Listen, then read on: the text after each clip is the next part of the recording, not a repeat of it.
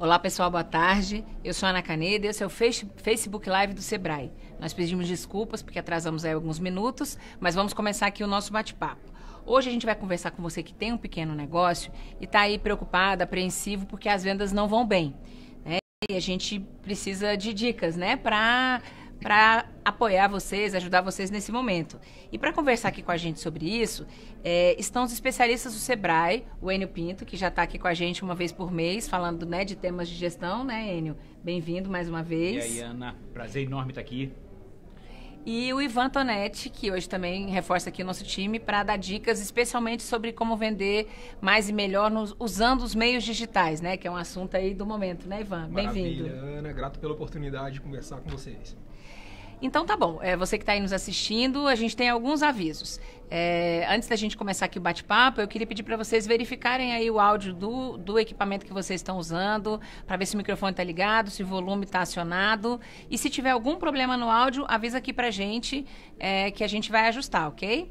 E o outro aviso se você tem alguma dúvida, manda aqui para a gente nos comentários que a gente vai responder aqui ao vivo. Bem, a gente vai começar com uma pergunta da nossa seguidora aqui no Facebook, que é a Vanessa Grosso, mas que é uma dúvida geral dos seguidores do Sebrae, né?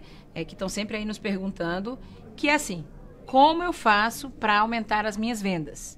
Então, eu queria começar aqui com o Enio, para fazer uma contextualização aí, falar um pouco do que leva uma empresa a vender mais ou a vender menos, Enio, especialmente nesse cenário que a gente está vivendo. Olha, eu vou pegar uma carona na Caneda e vou começar fazendo também uma informação de cunho técnico. Eu tô com uma garganta meio irritada, então tô com uma tossezinha estranha. Vocês não se assustem, tá? Espero que ela não incomode a gente ao longo dessa nossa hora. Ok. Bom, mas o que acontece? Eu quero, de fato, começar fazendo uma contextualização para a gente entrar no tema vendas. Vamos aqui do genérico para mais o específico, que é uma reflexão que você precisa fazer aí como empreendedor. O que acontece? A razão de existir de um negócio não é a existência do proprietário, do produto ou do estabelecimento. Um negócio só existe porque existe cliente, porque existe público consumidor. Essa é a razão de existir de qualquer tipo de empreendimento. Então, quando você começa a ver o que eu preciso fazer para conquistar, para seduzir, para fidelizar, para vender mais para o meu cliente, eu preciso de fato entender o que está acontecendo com ele, cliente. Por que ele não está me procurando tanto quanto eu queria? E aí, Ana, e empreendedores que nos assistem, candidatos a empreendedores que nos assistem, pensem que de fato a gente vive hoje um mundo em transformação. Tá? Uma transformação numa contundência e uma velocidade que a gente nunca imaginou antes. A gente está experimentando o que os especialistas chamam de a era da experiência. Hoje, para de fato você vender, que é o nosso tema, muito mais do que a entrega de um produto tão simplesmente, um benefício que você entrega através de um produto, você tem que entregar o que a gente chama de valor. O valor contempla sim o benefício, mas também, e muitas vezes principalmente, toda uma experiência. Percebe? Então, por exemplo, se eu tenho um pequeno restaurante, né, eu tenho que criar ali um clima aconchegante, além da comida de qualidade, é claro, um atendimento com uma prontidão de ponta, um processo de pagamento sem nenhuma dificuldade, sem nenhuma fricção, um espaço para ele se entreter, informação da origem de onde vem aquele alimento, um time competente, preparado para esclarecer qualquer dúvida a respeito do produto que eu estou testando ali, que eu estou entregando para o meu cliente. Ou seja, além de simplesmente entregar um produto pontual, eu tenho que criar toda uma proposta de experiência que agregue valor para o cliente, que ele veja em mim um diferencial para que ele retorne e venha comprar de mim com frequência, para que facilite todo o meu processo de venda. Então aquela história do negócio centrado, direcionado, focado no cliente, né, que é uma máxima que a gente sempre escuta, né, em gestão de pequenos negócios, ela nunca foi tão verdadeira e tão real. Então a gente precisa olhar para as pessoas, entender a necessidade das pessoas. O cliente no centro de todas as nossas atenções. E a gente tem que estar ligado que hoje a gente tem como boa parte do nosso público o que a gente chama de millennials, que são essas gerações, a geração Y e agora até a geração Z, que são jovens consumidores que vieram depois do advento da internet, né? E aí é uma geração que está muito mais preocupada hoje em acesso, em uso, do que especificamente em posse. Então, o que é exatamente que você vende? Eu vou te dar dois exemplos aqui que são clássicos, que todo mundo de alguma maneira já se utilizou. A questão do Uber. Hoje, nem todo mundo mais tem interesse em ter carro. Isso tem um custo muito grande, coloca a sua vida em risco, traz diversas dificuldades. Por que eu vou ter um carro se eu posso utilizar o Uber? Por que eu vou ter uma casa de praia, uma casa de campo, uma casa para passar férias, se eu posso utilizar o Airbnb? Então hoje a gente experimenta aí uma dialética que é uso ou posse. E essa geração milênio, que é seu cliente, para quem você quer vender, está muito mais focada tão somente no uso do que na questão da posse. E para uma linha enorme de produtos. Você quer ver um outro exemplo? Eu estava lendo recentemente, que é próprio aqui de Brasília, da nossa cidade, mas já está em várias capitais do Brasil. Aquele processo de aluguel, de locação de bicicletas, para você circular, fazer turismo, passear e tudo mais. Em várias cidades onde isso aconteceu com muita força, onde esse modelo de negócio está muito bem estabelecido, várias empresas que vendiam bicicletas e até serviço de manutenção de bicicleta fecharam suas portas.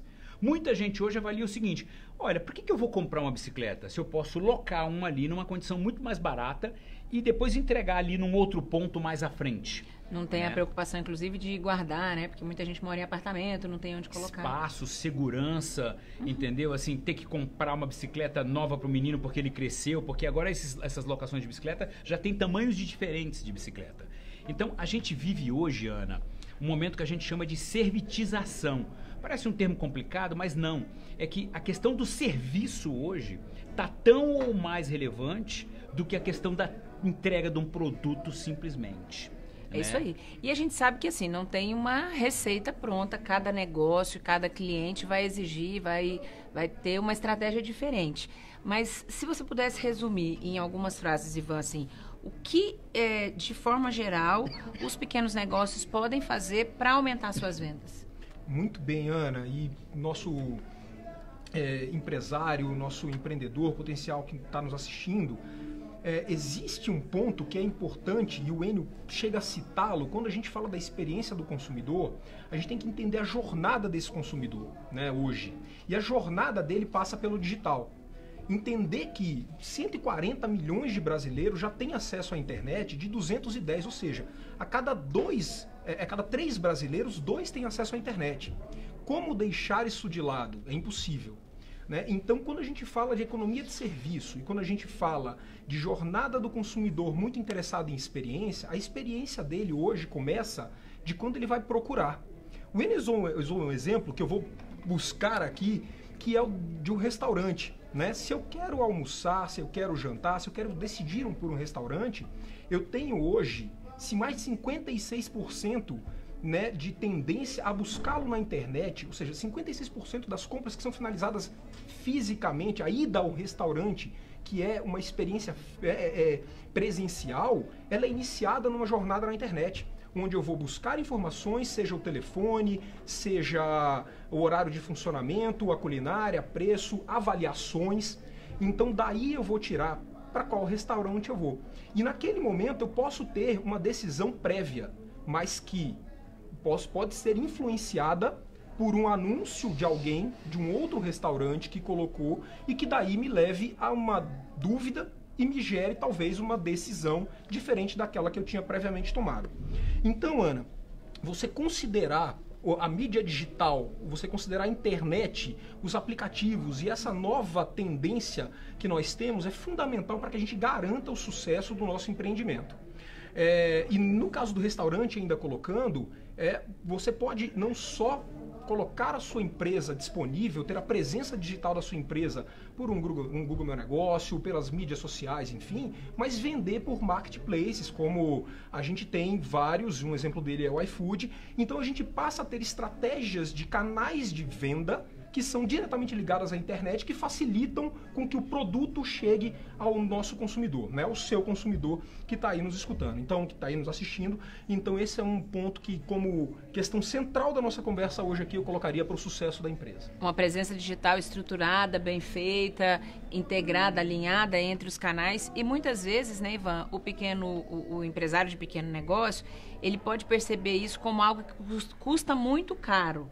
Mas, na verdade, ele pode ter uma estratégia digital que não tem um custo tão elevado e trazer para ele um resultado positivo, né, em termos de clientes, de vendas. Sem sombra de dúvida. E isso parte desde uma análise de mercado que pode ser feita de uma forma muito barata, utilizando as ferramentas que estão disponíveis. Então, se você quer entender quais são tendências de busca que os clientes estão fazendo, que o público em geral, os internautas estão fazendo, dá para usar ferramentas como o Google AdWords, como o Google Trends e mapear o que está sendo discutido, qual a quantidade de pessoas que está interessada em consumir aquele produto.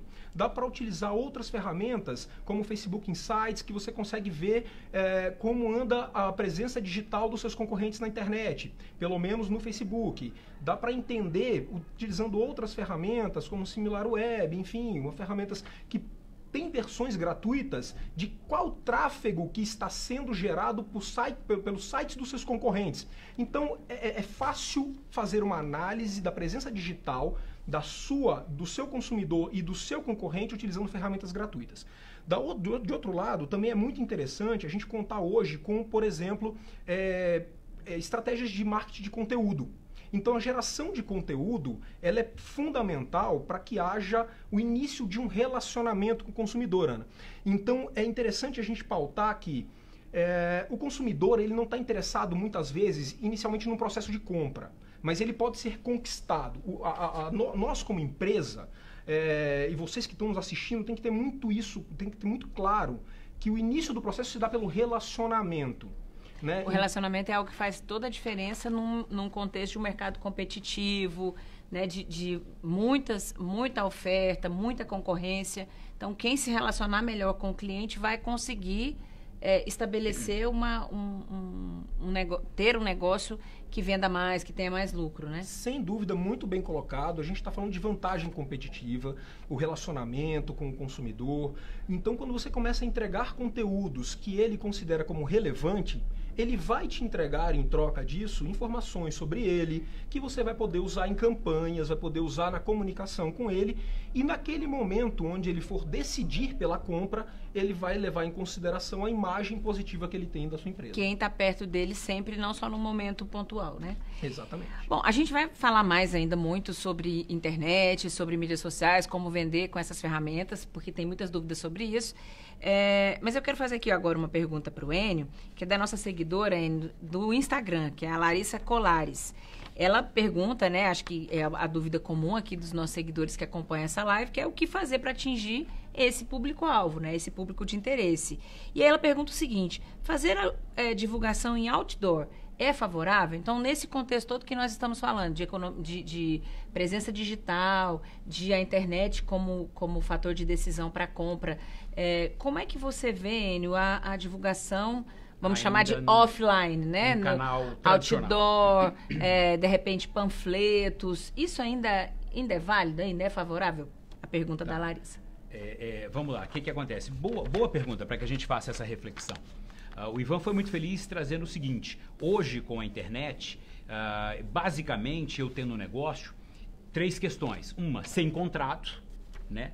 Outra, ter ali uma opção, uma alternativa de canal de venda, um e-commerce, marketplace, eu fazer vendas utilizando redes sociais. Então, preciso ser encontrado, utilizar a internet como um segundo canal de venda, além da minha condição física presencial. Ô, Enio, vamos só fazer uma tradução aqui, caso as pessoas não estejam familiarizadas com esses termos, né? Então, e-commerce é o comércio eletrônico, quando você, ótimo, de alguma forma, tem alguma plataforma online, onde você venda, e marketplace, né, como o Ivan deu o exemplo do iFood, são plataformas que agregam multimarcas que agregam, perfeito. Por exemplo, o iFood tem vários restaurantes e assim como outras plataformas, né, agregam várias empresas, são plataformas, ferramentas de venda, né, isso. Plataformas de venda entre um grupo de fornecedores e os seus clientes. Digamos que como se fosse um shopping, né? Isso, é o shopping digital. Exatamente, é um shopping digital. Boa comparação.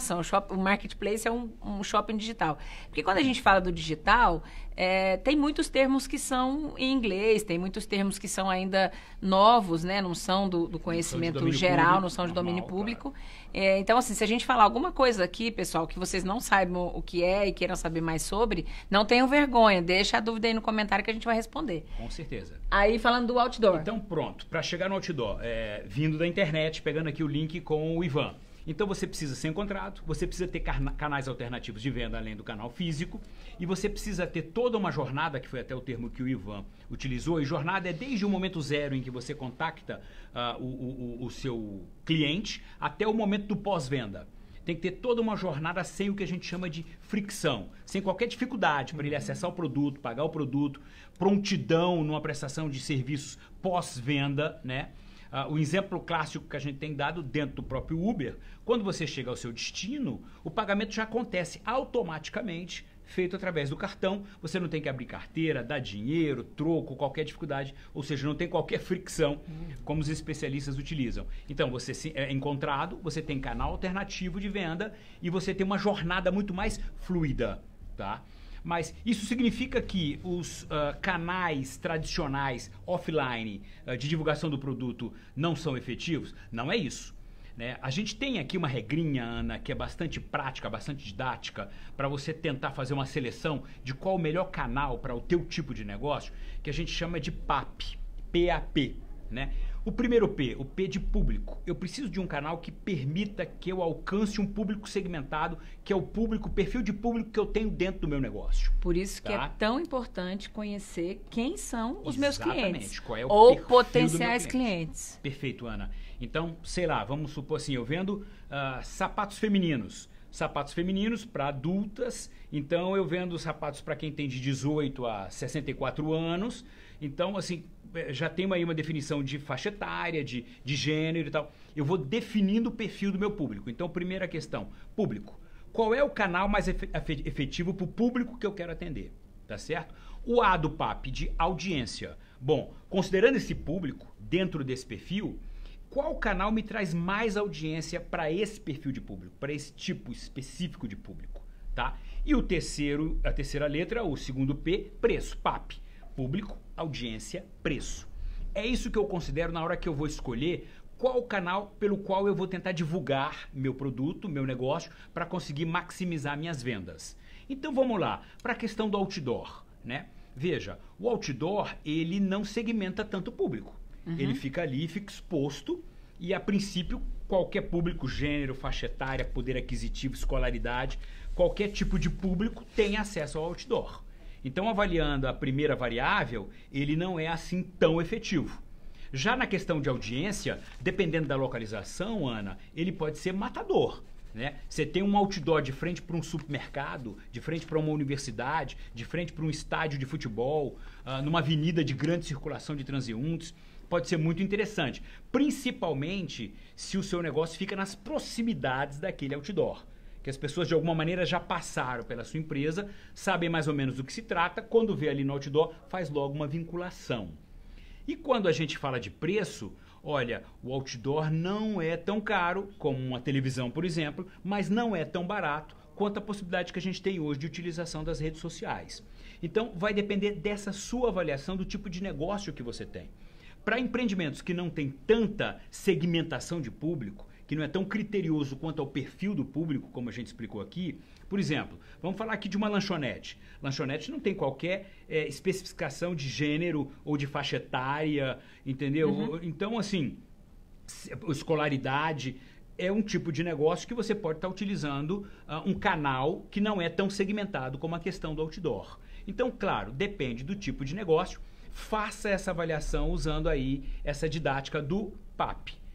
Público, audiência, preço. E veja se ele é interessante para você. E essa didática do PAP, ela serve para qualquer tipo de negócio? Para qualquer tipo de negócio, para qualquer tipo de canal de divulgação. Ok. Tá? Ok, falando em canal de divulgação, Ivan, voltando a falar da questão da internet, a gente tem aqui 3 perguntas que se complementam, né? São todos nossos seguidores no perfil Sebrae Nacional no Instagram. A Melina Camargo, ela pergunta, qual a melhor forma de utilizar as redes sociais para alavancar as vendas?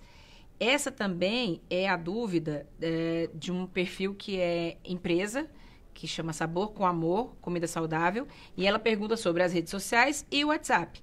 E a Franciele Elaine, que também é nossa seguidora no Instagram, ela quer saber, assim, como que ela faz uma boa venda pelo WhatsApp, da apresentação do produto até a finalização.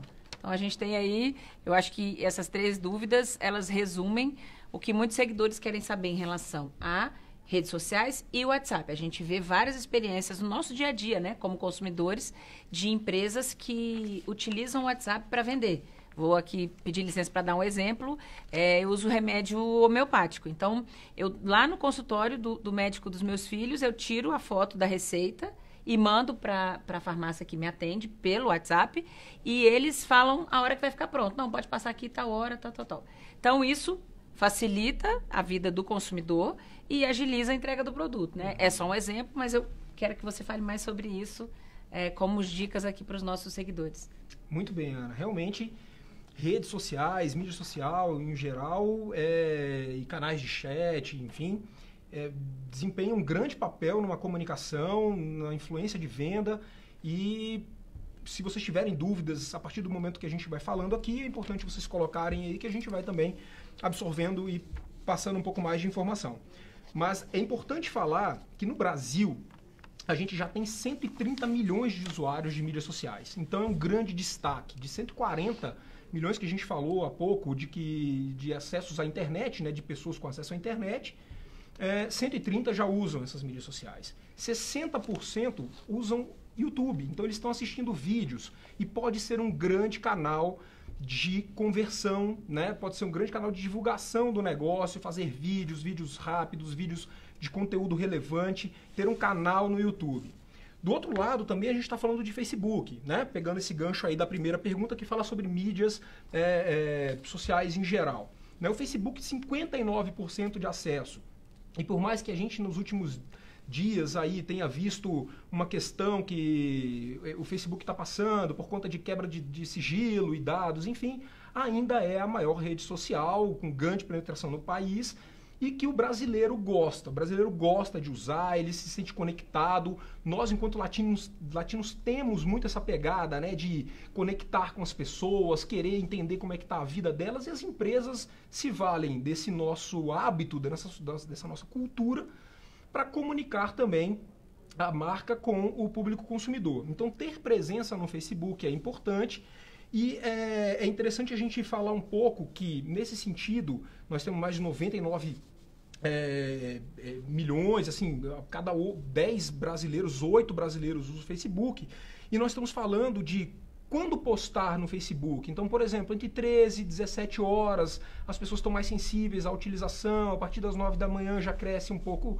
esse engajamento, enfim. Então, manter esse relacionamento com uma quantidade de postagens que não seja muito invasiva, mas também não seja muito pouco. Então, ter uma postagem ali, 1, 2, 3 posts, enfim, diários, mas manter uma frequência, mas principalmente criar relacionamento. Então, um canal que você abre de interação, um canal onde as pessoas podem perguntar algo para a sua empresa e que você tem que ter agilidade na resposta, né? Tem que ter assertividade na resposta, no tom dessa resposta, em como você vai conversar com esses seus consumidores. Então, isso vale para todas as mídias sociais. Ivan, você falou do Facebook, elas são nossas seguidoras no Instagram, o que a gente observa é um crescimento muito grande da base de seguidores do Instagram, né? Uhum. E também da utilização comercial dessa ferramenta, né? Para divulgar e até mesmo para vender. A gente vê isso muito brechós online, lojas que produzem roupas e vendem. Você percebe esse crescimento no Instagram também como plataforma? Sem sombra de dúvida, Ana. O Instagram hoje, ele já é a quarta, né? Se a gente colocar o WhatsApp como um dos 4 grandes aí, né? O Instagram está hoje com 400 mil usuários no Brasil, então vem crescendo muito e vem crescendo muito para venda. Você citou um exemplo muito feliz, que é o exemplo do brechó, que está ligado à moda.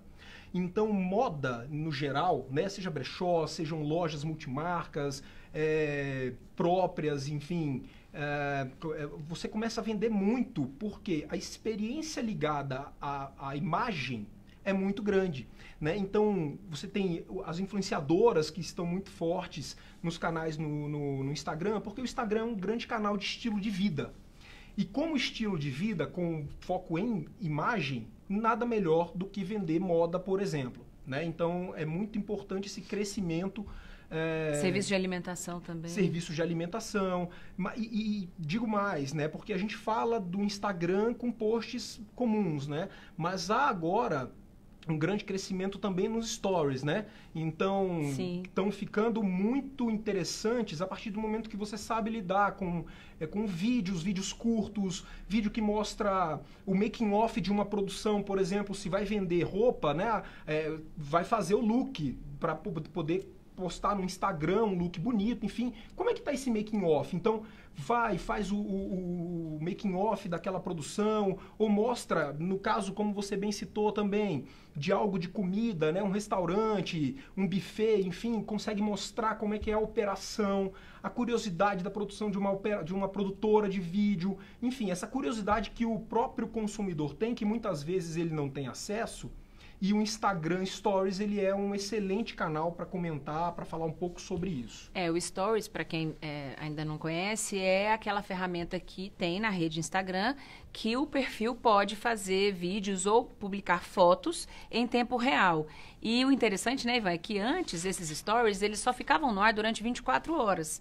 Agora as empresas têm a opção de transformar esses stories num destaque dentro do próprio Instagram. Então, por exemplo, que você citou da loja que está desenvolvendo uma coleção. Ela pode fazer um destaque, a empresa, né, a loja, a grife, ela pode fazer um destaque com o que ela está criando ali naquela coleção.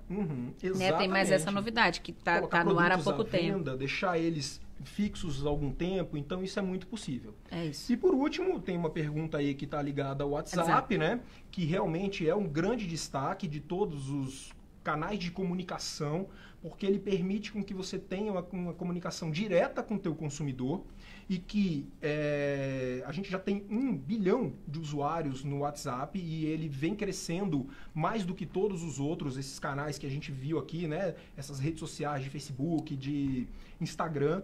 Então, ele é, primeiro, gratuito. Realmente isso é muito importante quando a gente fala em atingir e criar um canal de relacionamento com o consumidor. E no segundo ponto, a gente tem a possibilidade de ter o contato com o nosso consumidor de 2 formas, né? Seja criando um grupo ou seja uma lista de transmissão. E aqui vai a dica de cada um deles, né? Que, primeiro de tudo, para conseguir uma campanha efetiva, né, um relacionamento duradouro com o consumidor, é importante fazer com que, primeiro, a gente tenha o contato dele e, segundo, tenha a permissão. Né? Então, não é invadir. Né? O celular é algo muito pessoal. Então, a partir do momento que a gente cria um spam, notoriamente isso daí vai dar errado, ele vai tirar a gente da lista, vai bloquear. Então, tem que perguntar para ele se ele quer receber mais informações, enfim, criar essa boa conduta aí, uma boa prática de acesso ao celular do teu consumidor. Depois disso, é importante a gente direcionar ele ou para um grupo ou para uma lista de transmissão. Um grupo, todos nós já conhecemos, vocês que estão aí, enfim, o grupo da família, o grupo do trabalho, o grupo da própria empresa, do nosso negócio, e permite com que todo mundo veja as mensagens que estão sendo compartilhadas. Então, um grupo é muito bom quando há afinidade entre as pessoas ou que podem ser provocadas essas afinidades. Que uma vai responder o questionamento da outra, que crie-se uma comunidade em torno daquele tema que está sendo proposto para o grupo. No caso da lista de transmissão, que é muito simples criar, só entrar lá em contatos, ver a lista de transmissão, é importante para direcionar uma mensagem 1 a 1.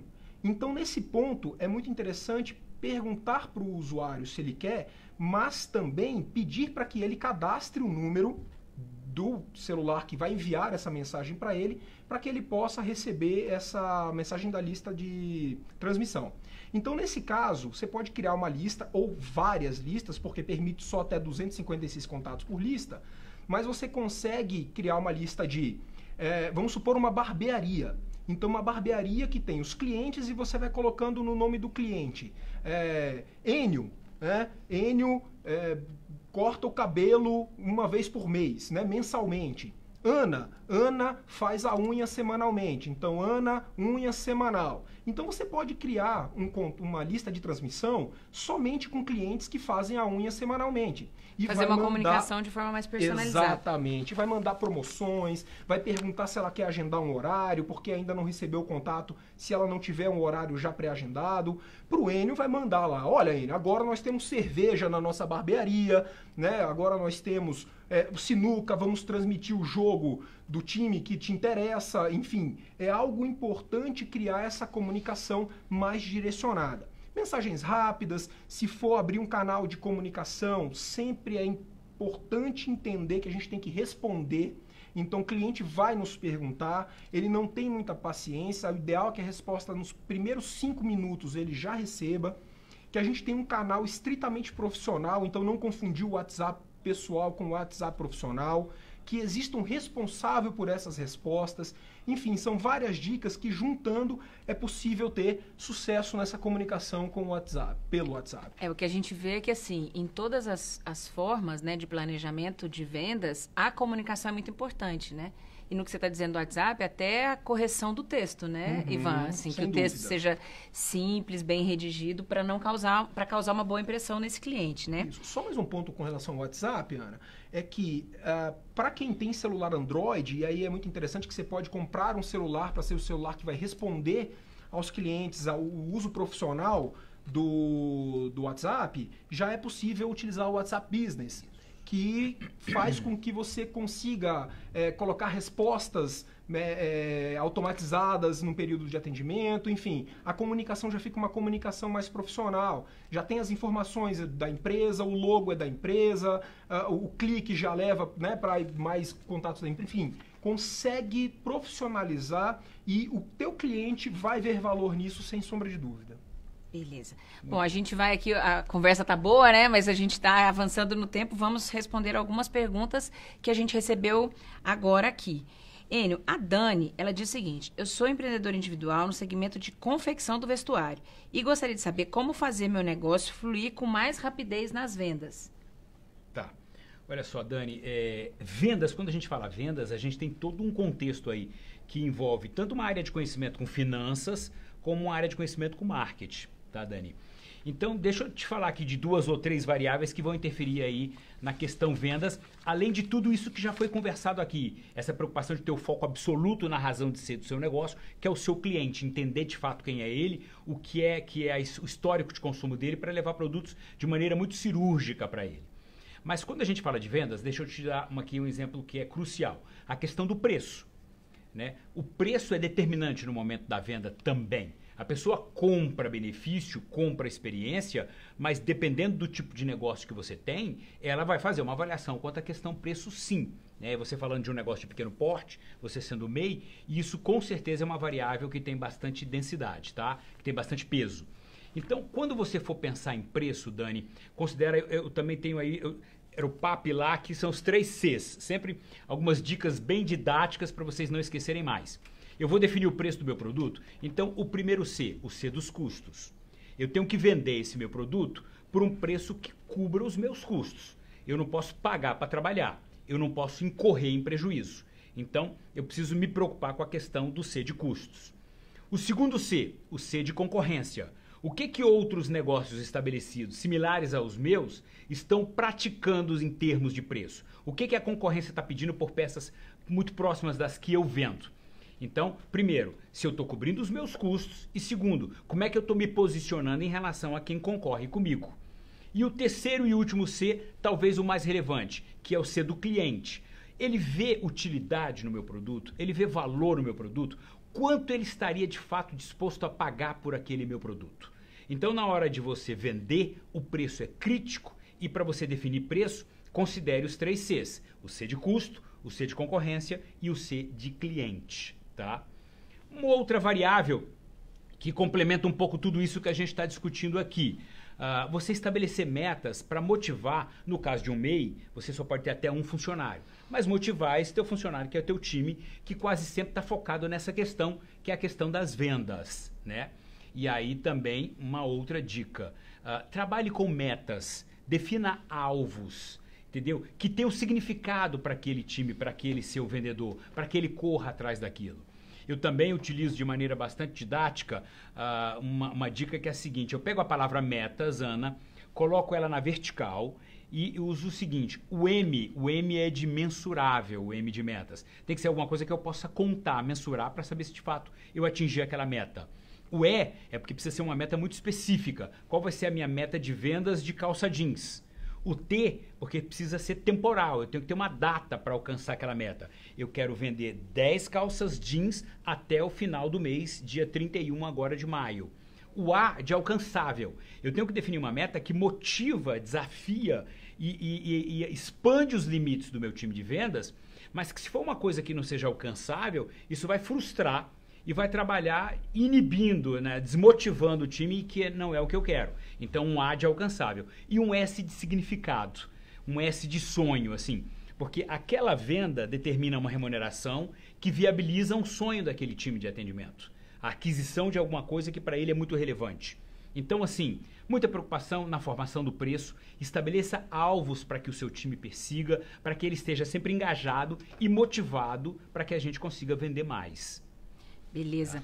Enivan, vou pedir para a gente tem muitas perguntas aqui, eu quero muito que a gente consiga responder a todas elas. Então, para a gente só ter respostas mais curtas, para a gente conseguir conversar com todo mundo. E aí a gente fica à disposição, né? Se alguém ainda tiver mais alguma dúvida, quiser alguma informação mais específica, a gente pode responder depois, né, Eni, nos comentários. Naturalmente. Olha só, sobre o Facebook, a Karen Oliveira pergunta, Ivan, vale a pena pagar impulsionamento? Se sim, seria melhor vídeo ou imagem? Ótima pergunta. O Facebook, ele veio ao longo dos anos, né, entendendo que o que ele mais entrega para o cliente dele é consumidor. E quando a gente fala de consumidor, então, é audiência, ou seja, nós mesmos que estamos no Facebook. Então, uma marca hoje, para conseguir ter acesso à amplitude da sua base de seguidores, de fãs, enfim, ela precisa impulsionar, porque o Facebook, organicamente, ou seja, no seu post diário de todo dia, você não consegue chegar à sua base de seguidores, né, de fãs, mas também perde a oportunidade de chegar a outras pessoas que não estão na sua base, mas que têm um perfil similar ao que você deseja. Então é importante reservar uma verba, sim, para impulsionar, e pode ser por vídeo, pode ser por imagem. É importante, inclusive, casar as estratégias, para que haja sempre uma percepção de novidade. Se você criar uma série, né, pode ser que, durante muito tempo, utilizando um padrão, quando alguém for visualizar, entenda que é uma peça já utilizada e ela não traz novidade, portanto, não traz atenção. Então é importante que aquilo gere a atenção, o interesse, né, para que a gente consiga chegar ao ponto de convencer a pessoa à ação que a gente quer, de ou uma curtida, ou um engajamento maior, um comentário, um compartilhamento, até uma ação de compra. Bacana. Enio, a Vanilda Oliveira, ela diz, eu sou dona de uma livraria e gostaria de saber como aumentar as vendas. Que dicas que você poderia dar para a Vanilda? Tá, especificamente sobre livraria, o que acontece? O livro, ele é quase o que a gente chama de um commodity, né? Aquela coisa que não tem variação de um negócio para outro negócio. Então, se eu vou comprar o Diário de Anne Frank, ele é igual na Livraria Cultura e é exatamente o mesmo produto na empresa da Vanilda. Não é isso, Vanilda? É o mesmo produto que eu vou estar entregando. Então, o que você vai ter de diferencial, de ineditismo aí para o seu cliente, para atrair ele para a sua empresa e não para a Livraria Cultura, é exatamente aquilo que a gente falou no começo da nossa fala, que é a questão da experiência. Tá? Então, assim, as pessoas quando vão procurar um livro, elas vão com alguma disposição de ficar na livraria um certo tempo, elas querem saborear os títulos. Então, se você puder ter ali um cafezinho, um pão de queijo, um espaço para leitura, né? Se, por exemplo, a pessoa vai comprar um livro ligado à área de culinária, isso está liderando aí os rankings de venda hoje no Brasil, né? Você, se tivesse alguém que conhecesse sobre isso, bom, vamos lá, vamos para o extremo. Se você tivesse um chefe dentro da sua livraria, na sua equipe de vendas, para dizer quais os melhores livros, trocar ideias sobre receitas. Grandes livrarias, Ana, estão dando cursos de formação de chefs, de receitas, de tudo mais, dentro da própria livraria, para você ter uma ideia. Ancorados, né, nessa variedade que tem de títulos desse assunto. Né? Só para você ter uma ideia, Vanilda, de como o céu é o limite quando a gente pensa em criação de experiência, Tem livrarias de médio e grande porte colocando peças de teatro dentro da livraria, encenando alguns livros infantis que são colocados à venda ali. Você tem restaurantes em parceria com aquela livraria. E eu cheguei a ver uma situação, Ana, que é fantástica, mas ilustra bem esse momento que a gente vive no mundo dos negócios, esse momento de transformação.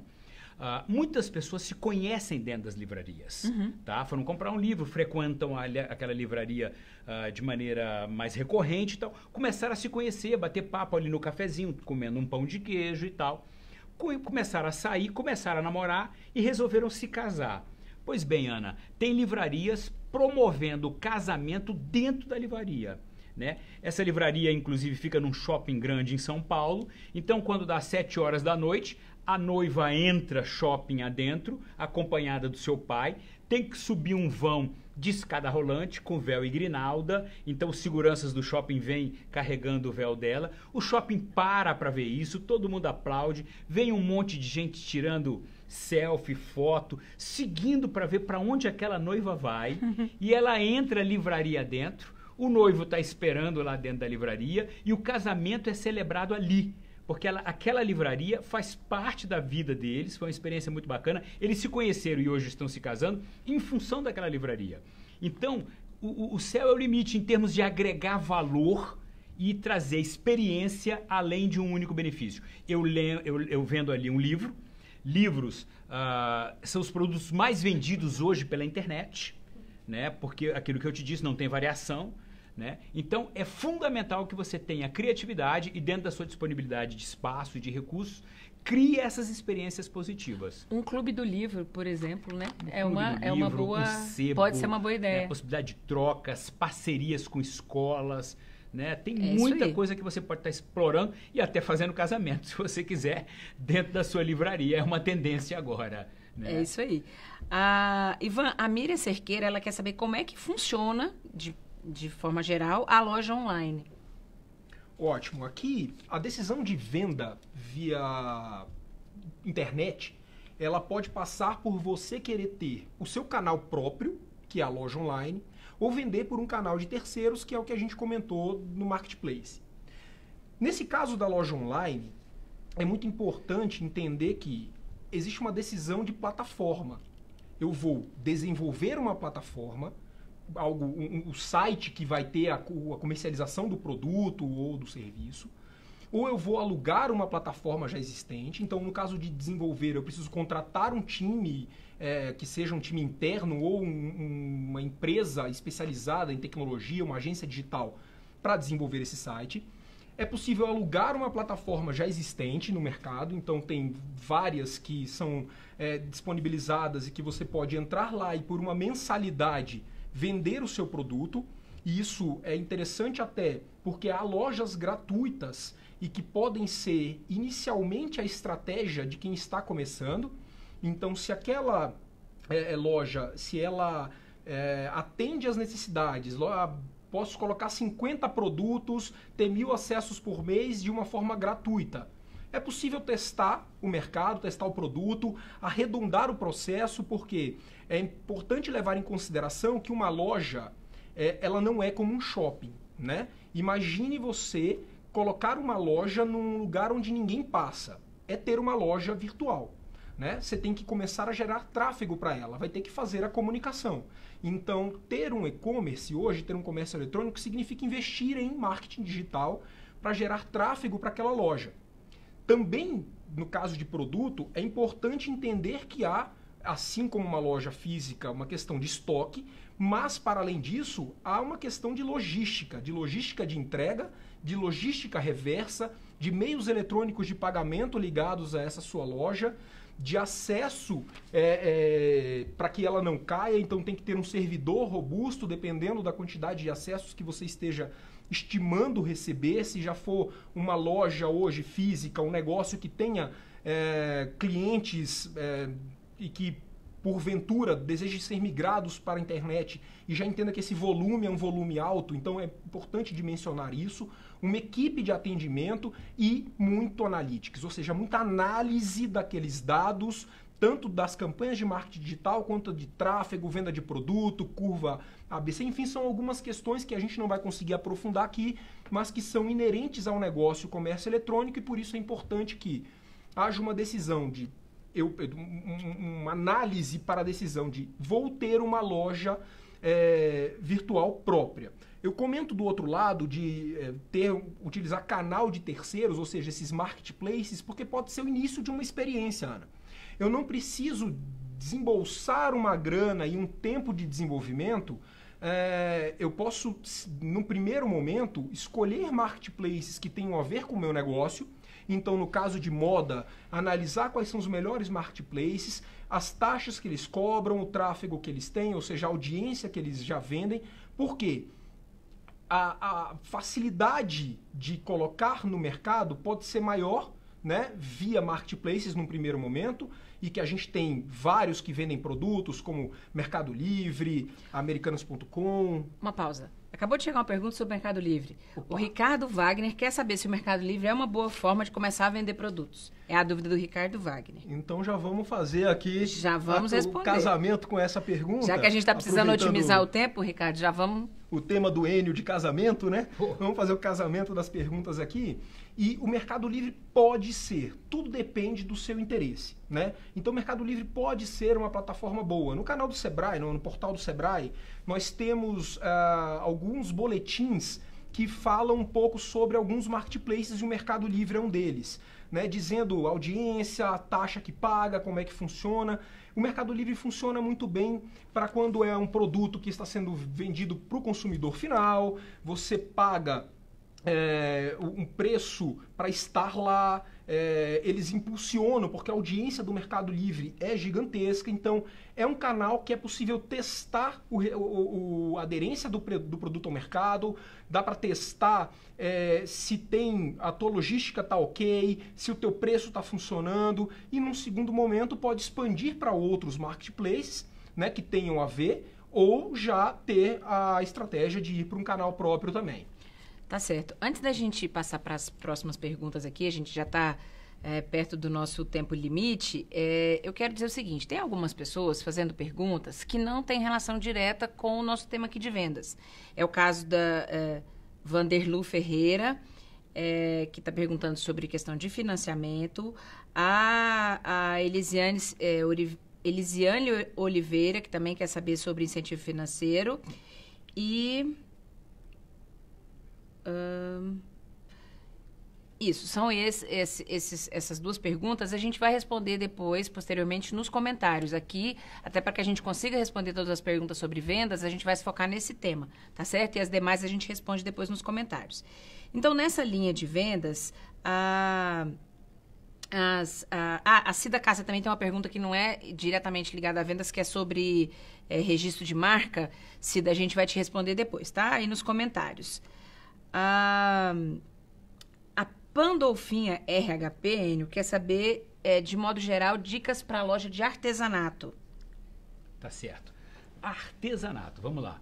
Mesmo sendo um negócio tradicional, né, uma empresa de artesanato, ela pode e deve pegar carona nessa questão da transformação digital, tá? Ela pode ter uma casquinha tecnológica para que ela possa impulsionar as vendas dela. Ela precisa principalmente ser encontrada. Tá? Então, assim, não pense você que é um artesão, que é um artista, que você está fora desse mundo. Tá? Então, você pode e deve, sim, ter uma presença digital bastante organizada para que você se beneficie em relação a isso. Artesanato tem duas outras questões aí que são bastante relevantes, além dessa. Uma é que você tem que agregar ao valor que você vende toda a história daquele produto que você está vendendo, daquela peça que você está vendendo. Entende? Assim, quase sempre o artesanato, ele tem uma vinculação muito grande com aspectos culturais da sua cidade, do seu município, da sua região. E aí você tem que anexar esse produto, às vezes é uma cartilhazinha, às vezes vai um folhetinho, às vezes na própria a etiqueta do produto, um pouco da história daquele produto que você está comercializando. Quem é aquele santo, quem é aquela figura, quem é aquele ícone da cultura local onde você está inserida. Isso é fundamental para você agregar valor na sua peça de artesanato. Você não está comprando simplesmente o Padre Cícero. Não, o Padre Cícero, padroeiro do Ceará, que conta toda a história dele, porque que ele chegou a ter o destaque que ele tem e tal. Isso agrega muito valor àquele produto de artesanato que você está comercializando. E um terceiro ponto ligado ao produto do artesanato é a questão da sustentabilidade, tá? Muitas vezes você se utiliza de sobras, de restos, de retalhos de outras linhas de produção, de indústrias, para fazer o seu produto. Muitas vezes você transforma o que seria, vamos lá, usar uma palavra forte, lixo, num produto de valor agregado, num valor com muito estilo, né? Eu tive uma oportunidade de visitar essa semana um artesão que pegava retalhos de tecido e fazia bolsas estilosas e vendia para uma grife de bastante destaque em São Paulo, né? Então, a questão da sustentabilidade também precisa ser considerada. A sustentabilidade hoje, já que o nosso cliente tem um consumo muito mais consciente, agrega valor ao seu produto e maximiza suas vendas também. A adoção da prática sustentável, ela, por um lado, aumenta o leque de possibilidade de vendas para esse público mais consciente e, por outro, reduz drasticamente o gasto na sua produção. Essa senhora mesmo que eu citei o exemplo, que fazia bolsas com retalhos, ela não gasta R$1 com a matéria-prima para produzir a bolsa dela, né? Ela utiliza tudo que é rejeitado por outras indústrias que fazem produtos em escala e aquilo para ela tem muito valor. E aumenta a lucratividade, né? Com certeza. Né? Então, uma casquinha tecnológica, agregue valor contando um pouco da história daquele produto e os aspectos sustentáveis. Como é que você adota práticas sustentáveis para melhorar suas vendas, você que é artesão. Uma última coisa, Ana. O consultor fala demais, né, Ivan? Nós estamos aqui com o nosso tempo já. Olha, você que é artesão está sempre num dilema se eu sou artista ou se eu sou empreendedor. Você é um pouco dos dois, mas assim, o que te fez abrir esse teu negócio é o seu talento como artesão, né? Coloque sua energia, foque seu tempo, sua agenda nisso. Se você puder, de alguma maneira, trazer alguém como sócio, como um colaborador, para cuidar um pouco aí da gestão desse empreendimento, porque você vende, e a conversa aqui é venda, em função do talento que você entrega no produto que você faz, né, como artesão. Então, coloca a tua energia principalmente nisso e tenta buscar aí o que a gente chama no mundo da consultoria uma muleta, um apoio, para cuidar mais das questões de gestão desse teu empreendimento. Isso é importante para você. E conta com o Sebrae aí para fazer capacitações, para orientação empresarial, assim como fez a nossa seguidora, que a gente queria agradecer, que é a Anésia Lima Maciel. Ela mandou uma mensagem dizendo que já fez vários cursos pelo Sebrae e está nos dando nota 10. Muito agradecida aí, tá bom, Anésia? Em nome de todos. E, Ivan, a Leninha Decor, ela quer saber o seguinte, eu vou colocar duas perguntas aqui. Ela quer saber se a tecnologia é o melhor meio de divulgar o trabalho e naquela linha de melhores canais de distribuição, o Jonathan Costa quer saber se a OLX é uma boa alternativa para divulgar os produtos, se vale a pena. Ele nem está falando de venda, está falando de divulgação.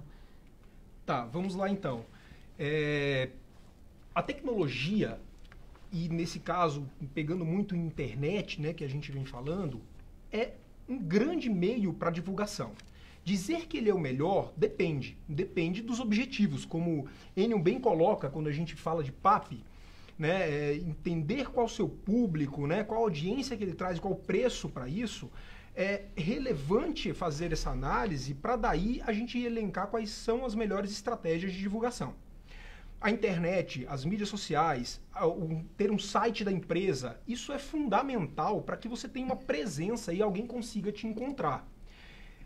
Porém, pode não ser o bastante dependendo do teu negócio e do público que você quer chegar a ele e comunicar. Então, talvez você tenha que ter uma estratégia de ações promocionais, de estar em feiras, em eventos que estejam mais próximo daquele seu público.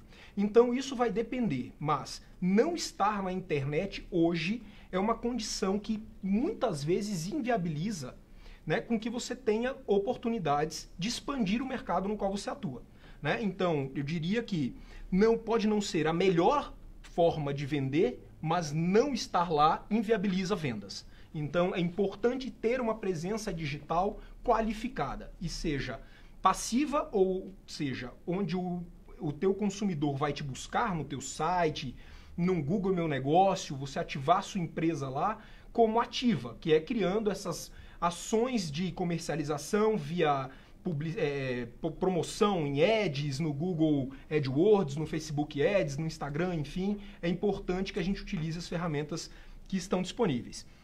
E quanto ao OLX, Ana, essa tua pergunta, o OLX hoje é um grande classificados que coloca-se tudo que é produto, serviço, enfim, tudo está na OLX. É importante entender o teu público consumidor estar lá, né? Se ele estiver lá, é um ponto que precisa ser avaliado.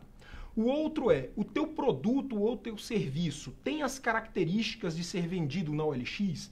Porque pode ser um produto mais premium, pode ser um produto que requeira mais cuidado, pode ser um produto que seja transacional, ou seja, você já vai vender direto pelo canal, a pessoa aperta no botão de compra e já entra no meio de pagamento e o OLX não permite. Então é importante avaliar as características da plataforma, ou seja, do marketplace da OLX, com o teu produto e ligado ao público que ele está destinado. Certo. Enio, olha só, pessoal, a gente tem muitas dúvidas, assim, a gente fica feliz pelos nossos seguidores estarem participando, mas infelizmente a gente não vai conseguir responder todo mundo, né?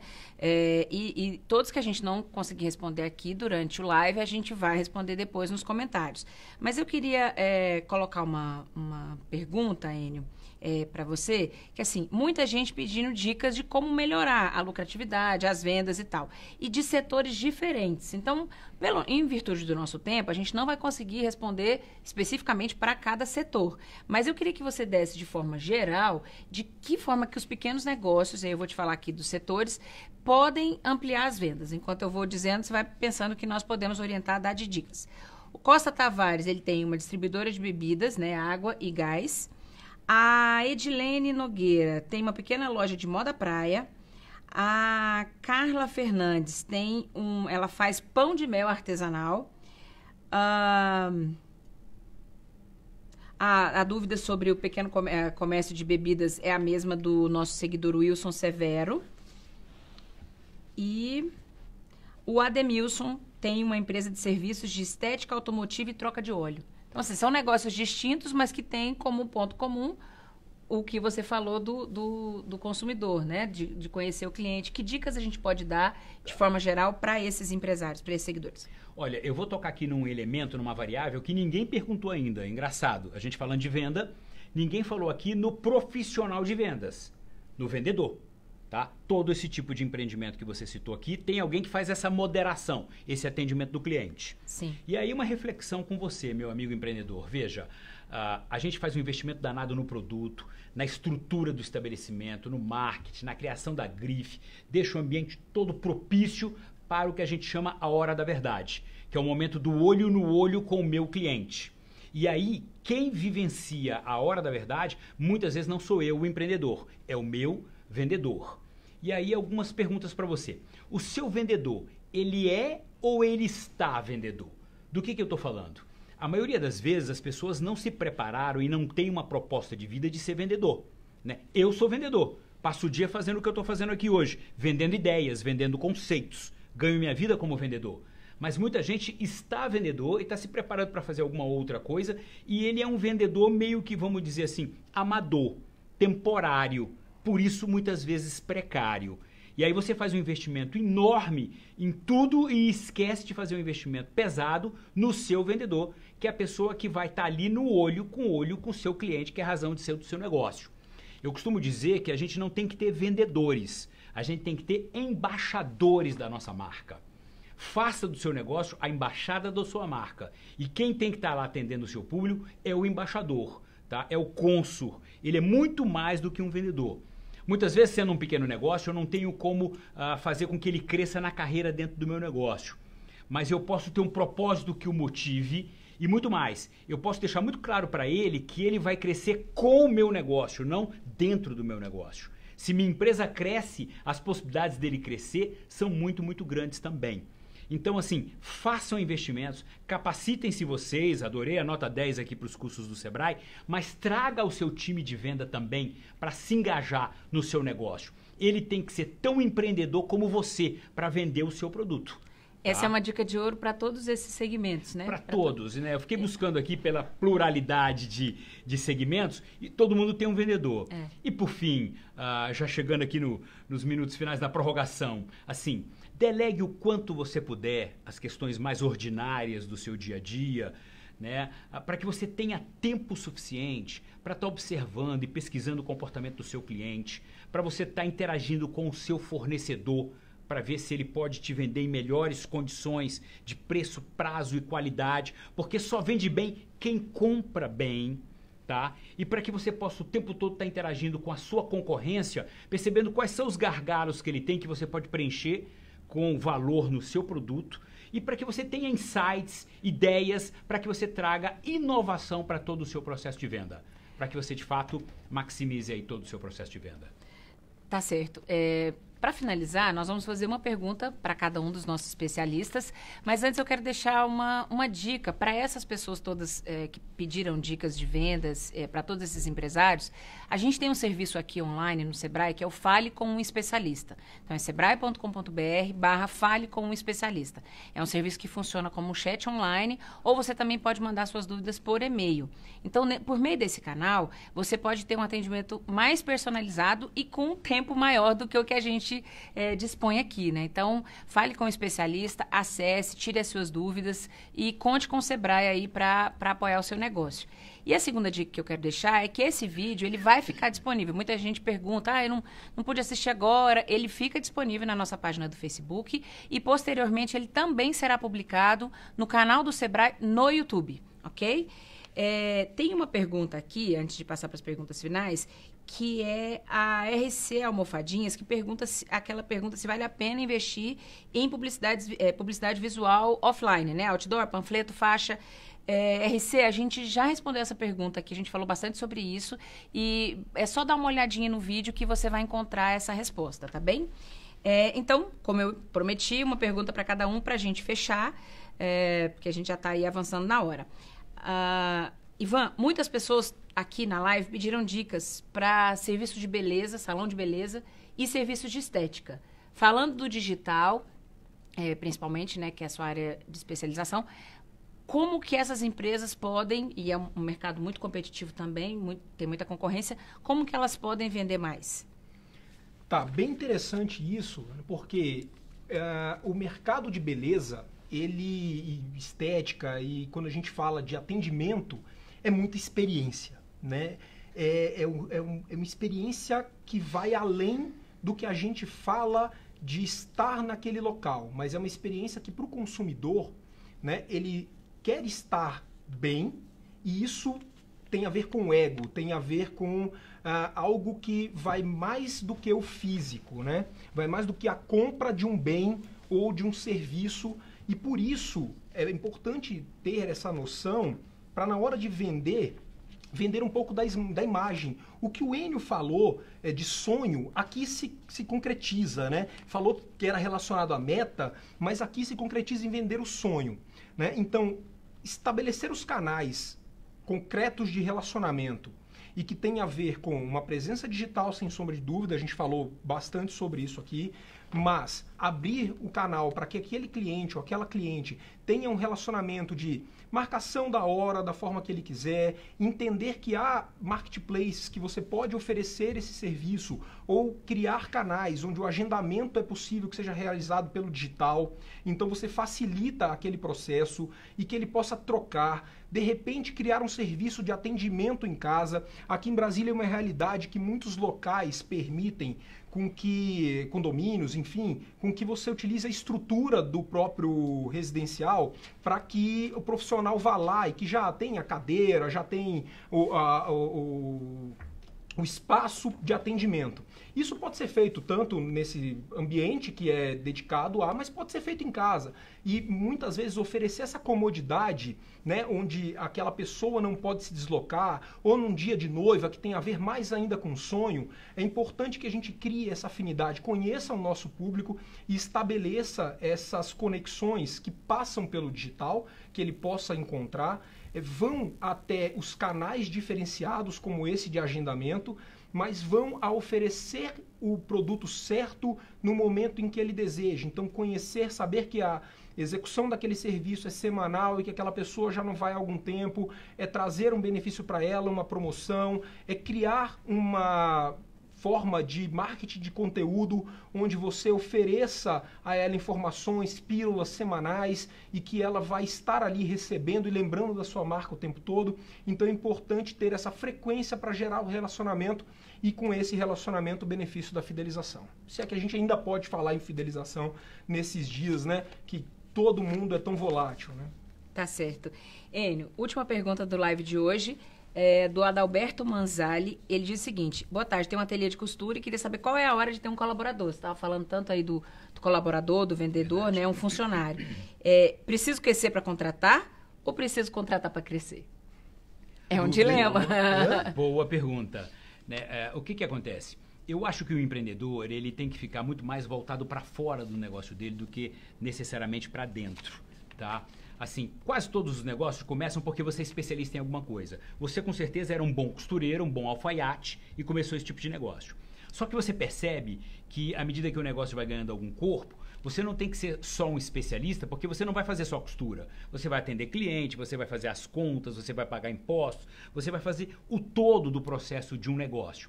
E aí você migra de especialista para um generalista.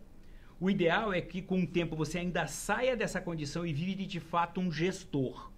Que você seja um regente de uma orquestra bem afinada, tá? Que você delegue essas questões mais do dia a dia, mais ordinária, delegue com responsabilidade para que você faça supervisão e garanta um padrão de qualidade. Mas eu quero o seu tempo, a sua agenda, muito mais focada no que foi o papo de hoje aqui, no seu cliente. Nas estratégias do negócio, Exatamente. não no operacional. Não no operacional. O que acontece, Adalberto? Todo mundo que vai comprar alguma coisa, e isso está por trás de todo o processo de venda, que é o nosso tema hoje, ele chega lá com uma necessidade, mas muito mais forte do que isso, ele chega lá com um desejo. No seu negócio, a necessidade é de se vestir. Mas qual é de fato o desejo do seu cliente? É se vestir com que estilo, com que tipo de roupa, com que corte, né? Com que moda, com que pegada, né? O que ele quer passar de mensagem usando uma determinada roupa. Então, assim, você só vai ter condição de saber qual é o desejo dele, muito mais do que a necessidade dele, se você tiver abrido mão de algumas funções muito básicas, muito pouco estratégicas, vamos lá, muito bíceps e pouco cérebro do seu negócio. Então, o quanto antes você puder estar contratando, eu acho que esse é o pontapé para que você cresça. Tá certo. A gente poderia ficar aqui muito mais tempo falando, mas realmente, assim, a gente já está com aí mais de uma hora de live. A gente quer agradecer a audiência de todo mundo e convidar, especialmente quem é MEI, para participar na semana que vem das atividades da Semana do MEI. De 14 a 20, a gente vai ter a Semana do MEI, a Semana Nacional de Educação Financeira, né, Semana ENEF. E nós vamos ter várias atividades, inclusive 2 Facebook Lives aqui na nossa página. Então, participem. E eu quero agradecer muito aqui o Ivan e o Enio por ter nos ajudado a responder aí todas as dúvidas. Algumas a gente não conseguiu pelo tempo, mas pode deixar aí nos comentários caso tenha ficado ainda alguma dúvida. E as pessoas que a gente não respondeu aqui, a nossa equipe vai responder todo mundo aí. Então, muito grata pela audiência e até o próximo Facebook Live do Sebrae.